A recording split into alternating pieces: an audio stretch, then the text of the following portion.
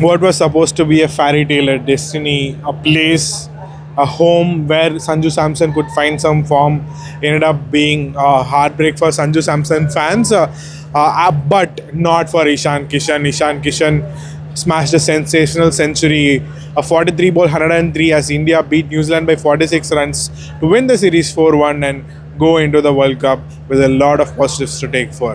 Hello and welcome to yet another episode of Fours and Sixes. This is me, Gomesh, and in this episode we'll break down the 5th T20I and everything that happened and what lies ahead for Team India.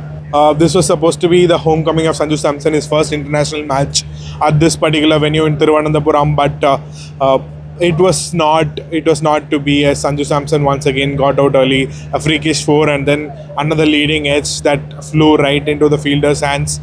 But there was pin drop silence when Sanju walked back. Like, there has been so much hype around him, especially coming into this ground, whether this is his last chance to find some form before Ishan Kishan replaces him in the playing 11 come the first game against USA in Mumbai. But Ishan Kishan made a strong case for himself. He came in and from the word get-go, he was smashing left, right and centre, and everything he touched turned into gold.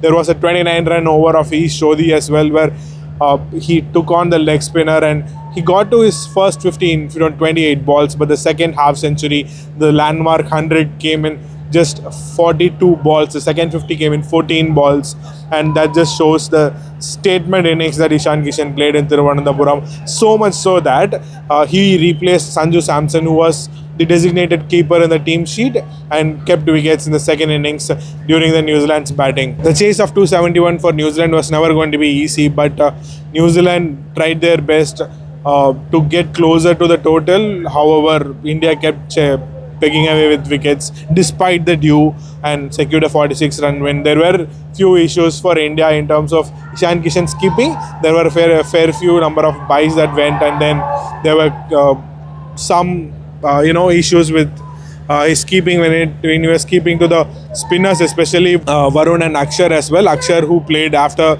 missing the last 3 games, he did well as well with the ball.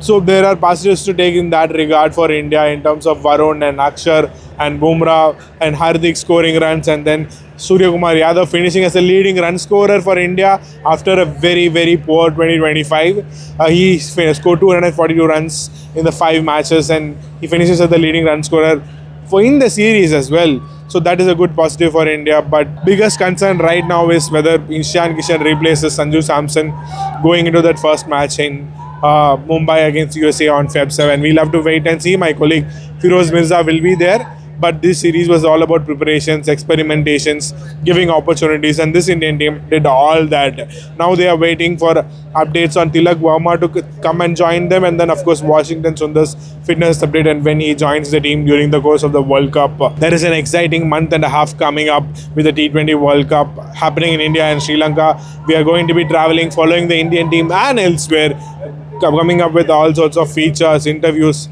and stories as well. So do stay tuned. The New Indian Express, social media, newspaper as well as YouTube handles for all the updates.